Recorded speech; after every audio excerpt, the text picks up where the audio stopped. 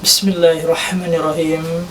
Assalamualaikum warahmatullahi wabarakatuh. Sebelumnya, semoga saudaraku semua selalu dalam keadaan sehat walafiat, dikucurkan rezeki sederas-derasnya dari segala penjuru alam, dimudahkan segala urusannya, diindahkan segala langkahnya. Amin amin Allahumma amin wajibul wujud. Baiklah saudaraku, kemarin ada yang inbox saya minta tentang gimana biar kita dapat turunan, gimana kalau yang udah lama nggak dapat turunan, gimana cara pengobatannya. Begitulah kira-kira sebuah pertanyaan dari saudara kita.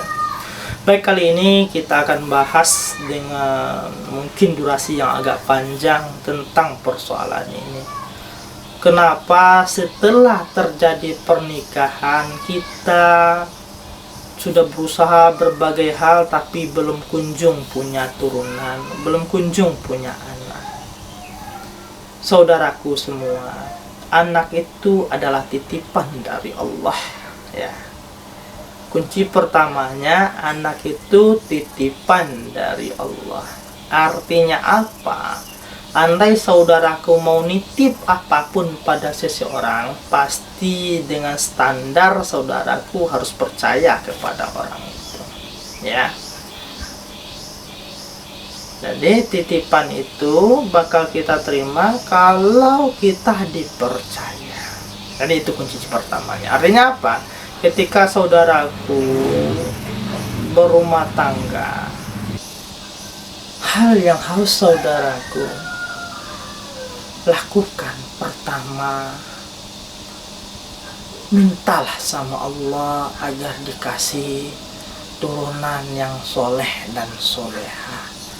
Artinya apa? Ketika kita telah terjadi akad nikah, dihalalkan segala hubungan sama Allah Subhanahu wa Ta'ala, minta sama Allah agar dikasih turunan soleh dan soleha. Ya, artinya apa? Kekuatan doa, ya, melebihi segala cara medis dan non medis lainnya. Apapun yang kita ingin, yang perlu kita sadari, kekuatan doa melebihi segalanya. Jadi kalau benar saudaraku mungkin setelah nikah belum dititip amanah punya anak, punya turunan, doa sama Allah, ya. Doa sama Allah.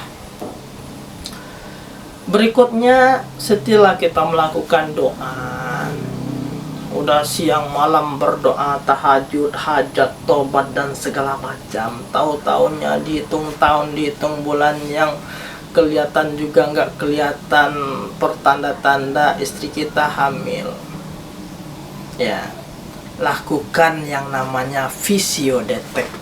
Fisiodetek itu kita melakukan deteksi jangan-jangan ada hal yang bersifat penyakit medis pada diri kita, ya, baik pada istri atau diri kita sendiri. Fisiodetek ini perlu dilakukan agar kita nggak salah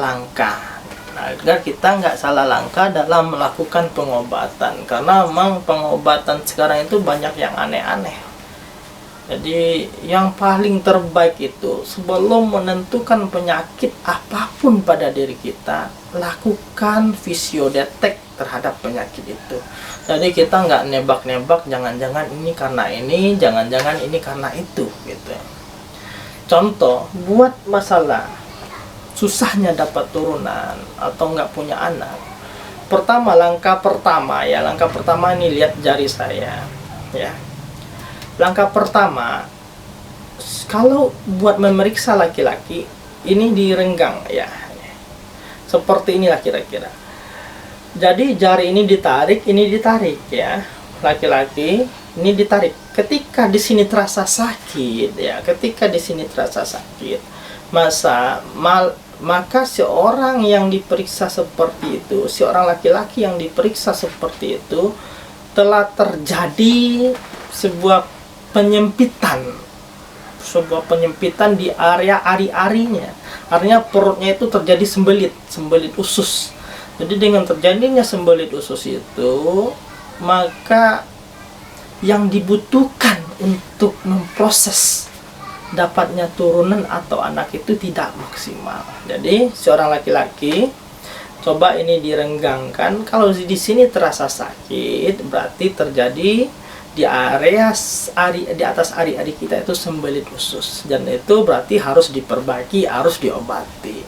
Kalau itu terjadi pada saudaraku, maka lakukan pengobatan dengan meminum ramuan bunga kembang sepatu, ya. Bunga kembang sepatu, mungkin saudaraku tahu seperti apa bunga kembang sepatu. Silahkan di share di Google-nya, dicari di Google-nya apa bunga kembang sepatu itu. Jadi daun bunga kembang sepatu itu diremas dan diminum airnya hingga 1 minggu. Setelah 1 minggu baru silakan jarinya itu diginikan lagi. Kalau udah nggak sakit lagi berarti udah mulai normal dan sembuh.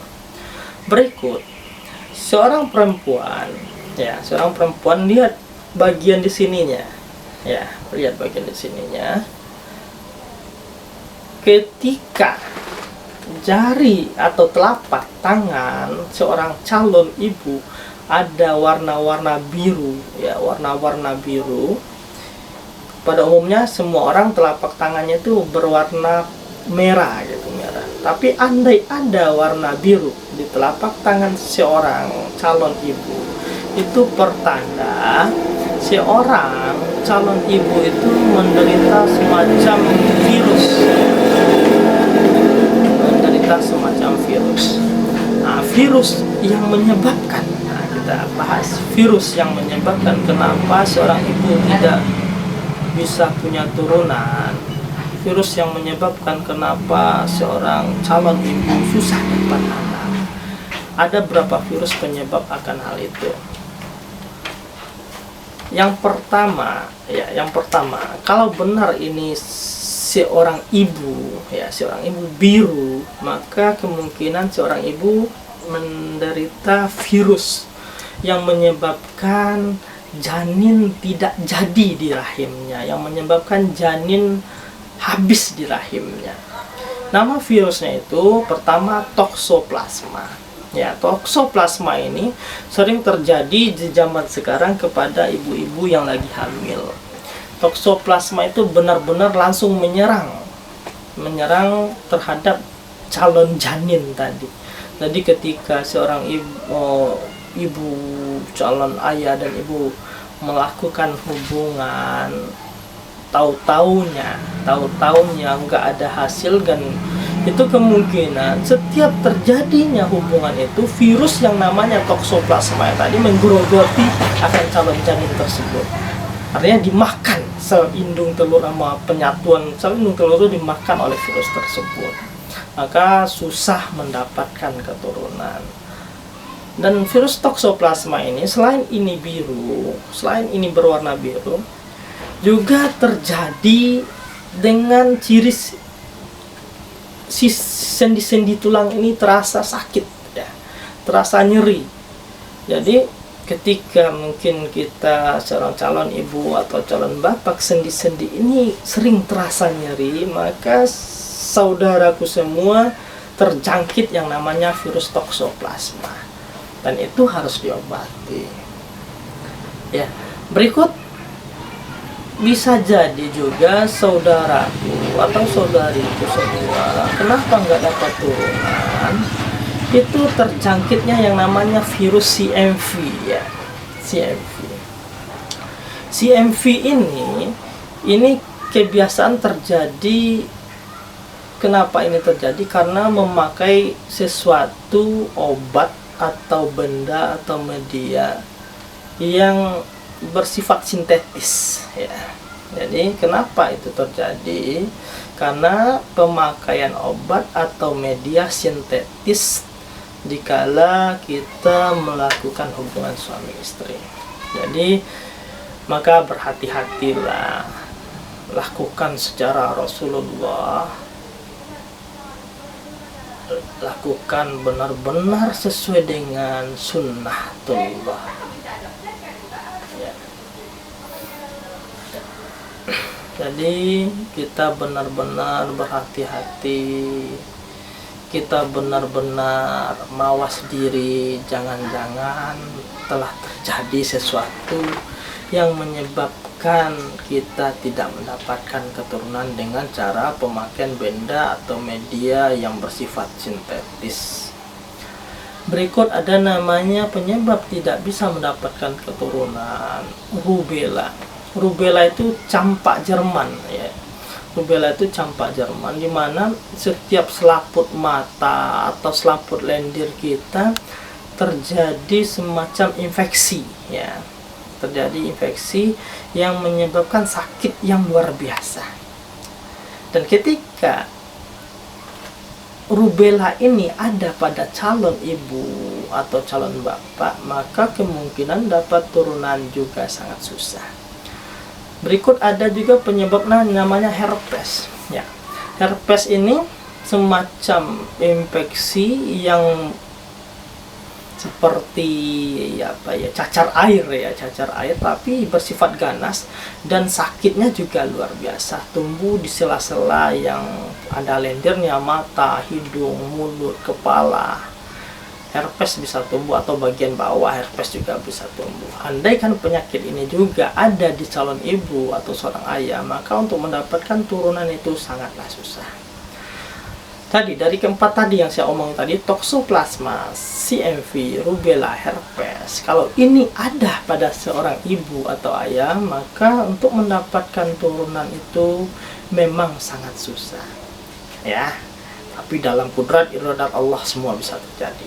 Kalau ini terjadi, ya, maka kita bisa melakukan pengobatan dengan ramuan sebagai berikut. Silakan dicatat mungkin ramuannya biar benar-benar maksimal akan hasilnya.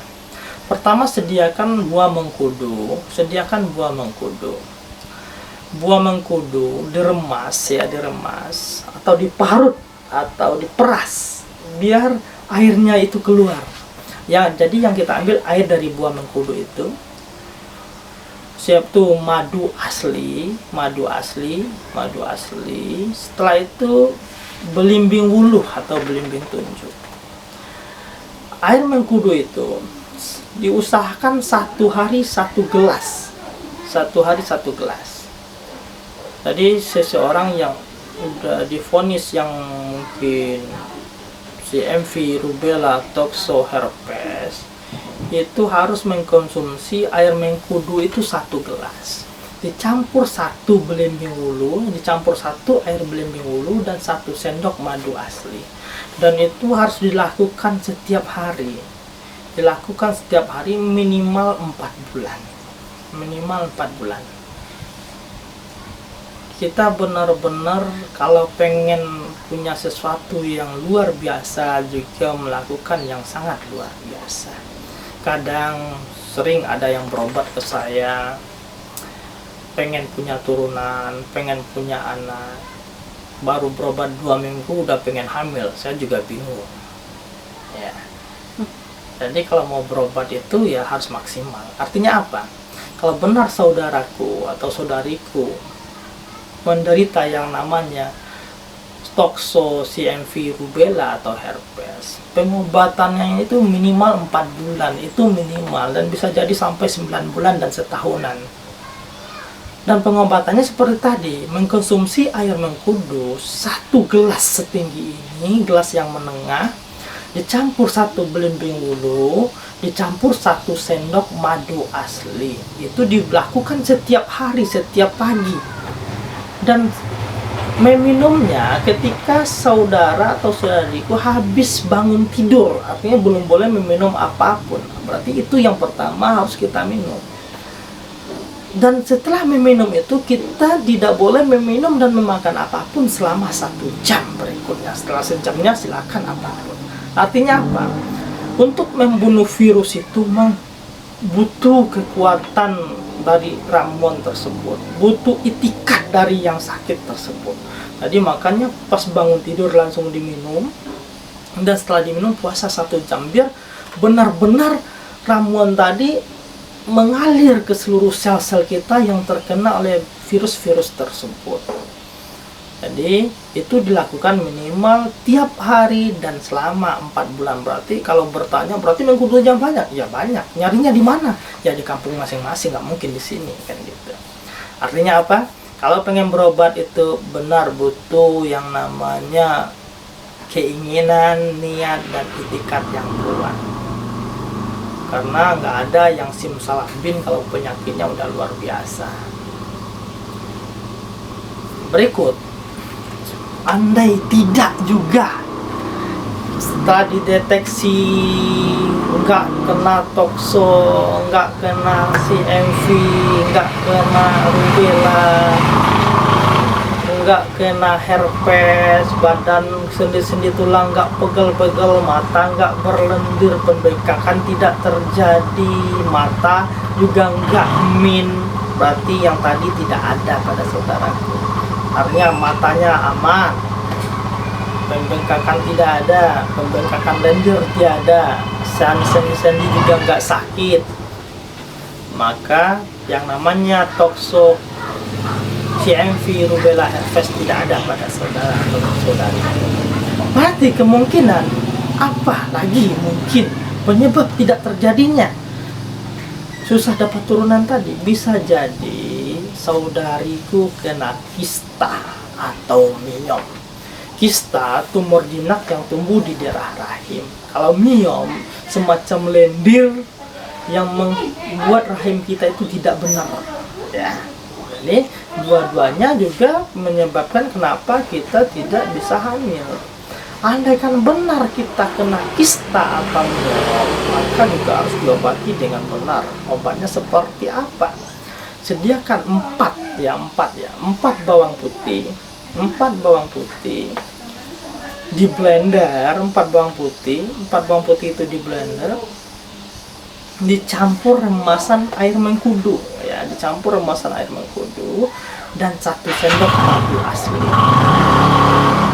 Jadi kalau nanti setelah dideteksi saudaraku menderita kista atau miom, ya, setelah deteksi saudaraku menderita kista atau miom, maka saudaraku harus melakukan pengobatan yang benar-benar rutin. Jangan sampai kistanya membesar sebesar kepala bayi, itu benar-benar udah susah untuk dihilangkan, harus operasi kemungkinannya. Tapi kalau kista masih kecil seperti ini atau sebesar telur, itu masih gampang untuk disembuhkan. Tapi kalau udah sampai sebesar kepala bayi, selain badan juga nggak ada agak bener, dapat turunan udah pasti udah nggak bisa, karena rahim udah dipenuhi ada tumor jinak tersebut. Jadi kalau benar nantinya kista atau miom cirinya banyaknya lendir yang berbau, ya, yang keluar di kemaluan kita. Obati dengan 4 bawang putih, 1 buah mengkudu, dan 1 sendok madu asli. Di saat air mengkudu diambil airnya, bawang mengkudu diambil airnya, dan bawang putih tadi di blender. Setelah itu dicampur dengan air 1 gelas lagi, dikasih 1 sendok madu, lalu dikonsumsi setiap hari juga. Caranya sama juga, diminum atau dikonsumsi setelah bangun tidur, ya, setelah bangun tidur, dan tidak boleh mengkonsumsi apapun sejam sesudahnya, minimal 4 bulan juga. Karena walaupun tumor jinak tetap tidak bagus buat saudaraku. Setelah itu dilihat tokso nggak ada, rubella nggak ada, CMV nggak ada, herpes nggak ada, kista nggak ada, miom nggak ada. Kita lihat seorang laki-lakinya. Jangan-jangan laki-laki juga menderita penyakit seperti tadi, ya. Jangan-jangan laki-laki juga kena tokso, CMV, rubella, dan herpes. Kalau kista ya enggak ya, kista sama nyom enggak ya. Jangan-jangan keempat tadi juga terjadi pada laki-laki, karena dalam hal ini kita seorang laki atau seorang istri harus benar-benar sportif, harus benar-benar saling terbuka. Jadi jangan saling tuduh gitu, benar-benar. Jadi kalau datang berobat tuh jangan satu-satu, dua-duanya pada datang. Kalau benar juga lakukan pengobatan seperti tadi. Tapi mana tahu, nah, kita lihat kenapa juga itu tidak terjadi ketika seorang laki-laki mengalami kadar gula yang tinggi, ya, mengalami kadar gula yang tinggi. Kadar gula di atas 200 itu menyebabkan susah dapat turunan. Susah dapat turunan. Jadi periksa kadar gula laki-laki suami, kalau di atas 200 berarti harus diobati dulu, harus diturunkan dulu kadar gulanya. Ya, kadar gulanya. Jadi kalau itu terjadi, silakan konsumsi remasan daun insulin atau daun bunga kuning. 1 gelas 1 hari selama 11 hari. Ya. Remasan daun insulin atau daun bunga kuning 1 gelas ya, jadi daunnya segenggam diremas dan diminum 1 gelas per harinya selama 11 hari. Itu insya Allah kadar gulanya bakal normal. Jadi siapapun yang mungkin mendengar video ini lagi sakit gula kering atau gula basah, dengan daun insulin itu obat yang sangat luar biasa. Atau bisa jadi terjadinya impotensi atau mani encer, atau kualitas dari hormon laki-laki itu tidak benar ya. Nah, kalau ini terjadi juga akan susah mendapatkan turunan. Jadi apa caranya mengobatinya? Juga disediakan ya, disediakan jahe merah, sirih merah itu digodok jadi satu. Jahe merah, sirih merah digodok jadi satu, direbus dari 6 gelas, jahenya 7 buah, sirihnya 11 lembar, sirih merah 11 lembar, digodok 6 gelas air menjadi 3 gelas. Setelah itu diminum pagi, siang, dan malam. Jadi jahe merah, sirih merah digodok jadi satu, 6 gelas air menjadi 3 gelas, diminum pagi, siang, dan malam. Itu dilakukan selama 21 hari biar terjadi peningkatan hormon akan seorang laki-laki tersebut. Nah, baiklah saudaraku semua, setelah dilakukan yang namanya fisiodetek, kita udah berdoa kepada Allah, tapi belum juga terjadi yang dapat turunan. Mungkin cara yang harus dibenarin ya, cara yang harus dibenarin.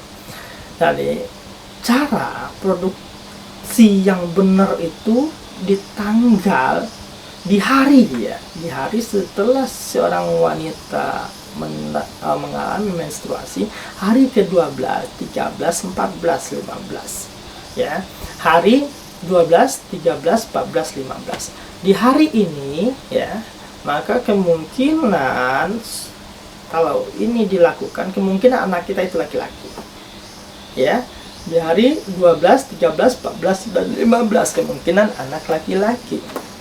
Dan di hari 15, 16, 17, 18 kemungkinan anak kita perempuan.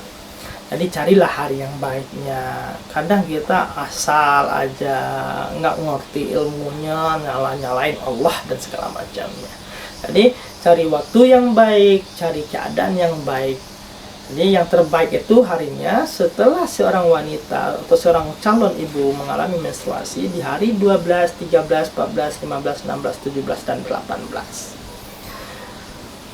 Dan setelah itu juga setelah dilakukan, pengobatan sudah dilakukan, doa sudah dilakukan.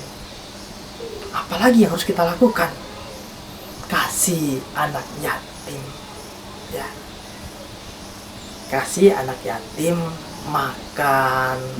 Intinya apa? Kita harus punya amalan rutin kita untuk ngadu sama Allah. Kita harus punya amalan istiqomah kita untuk minta sama Allah. Andai udah berobat kemana-mana, dilihat secara fisiodetek nggak ada lagi penyakit pria wanitanya, doa udah hampir tiap malam, maka untuk meminta kepada Allah tetap kita nilai dulu diri kita. Apa sih ibadah istiqomah kita? Jadi ketika ibadah yang terbaik, amal yang terbaik buat bisa dapat turunan yang soleh dan soleha, yaitu menyantuni anak yatim. Jadi lihat keliling kita, lihat muka belakang kita, mana tahu ada anak yatim yang perlu kita santuni. Jangan melakukan cara tadi, ya. Pengobatan CMV rubella herpes sudah dilakukan maksimal, ya, karena rubella CMV herpes inilah yang sebenarnya sering penyebab kenapa orang itu susah dapat turunan, ya. Ini penyebab yang sering terjadi sebenarnya. Maka itu pengobatannya benar-benar maksimal, minimal 4 bulan seperti yang saya sampaikan tadi. Sedangkan kista dan miom juga penyebab juga, tapi lebih gampang diketahui gitu. Kalau virus tadi akan susah dideteksi kalau bukan sama ahlinya. Tapi kalau kista kerasa pembengkakannya, miom kerasa akan baunya, berarti bisa dideteksi oleh orang biasa. Maka benar-benar deteksilah diri kita sebelum berlanjut dan berlanjut. Dan lakukan pengobatan yang maksimal, lakukan doa dan maksimal, dan santuni anak yatim, ya, santuni anak yatim. Maka dengan cara ini, yakin dan seyakin-yakinnya saya kepada Allah, saudaraku bakal punya turunan. Atau mungkin ada yang bertanya, gimana saya, Pak? Atau mungkin guru, atau mungkin buya, atau mungkin ustadz, gimana saya mau berobat, uang nggak punya, segala macam nggak punya. Semoga dengan mendengar video ini penyakit saudaraku benar itu adanya. Jadi juga nggak perlu berobat kemana-mana, tinggal cari mengkudunya, cari madunya, dan cari belimbing ulunya. Aneh juga nggak sanggup nyari obatnya, kan kadang manusia ini kan suka aneh ya. Saya minum obat susah, obatnya bau, segala macem. Maka lakukan tirakat tingkat tinggi. Doa biasa malas, berobat malas, ngasih anak yatim malas. Berarti saudaraku harus melakukan tirakat tingkat tinggi. Tirakat tingkat tinggi yang saya maksud apa? Saudara lakukan selama 41 malam, ya, 41 malam suami dan istri membaca doa nurbuah.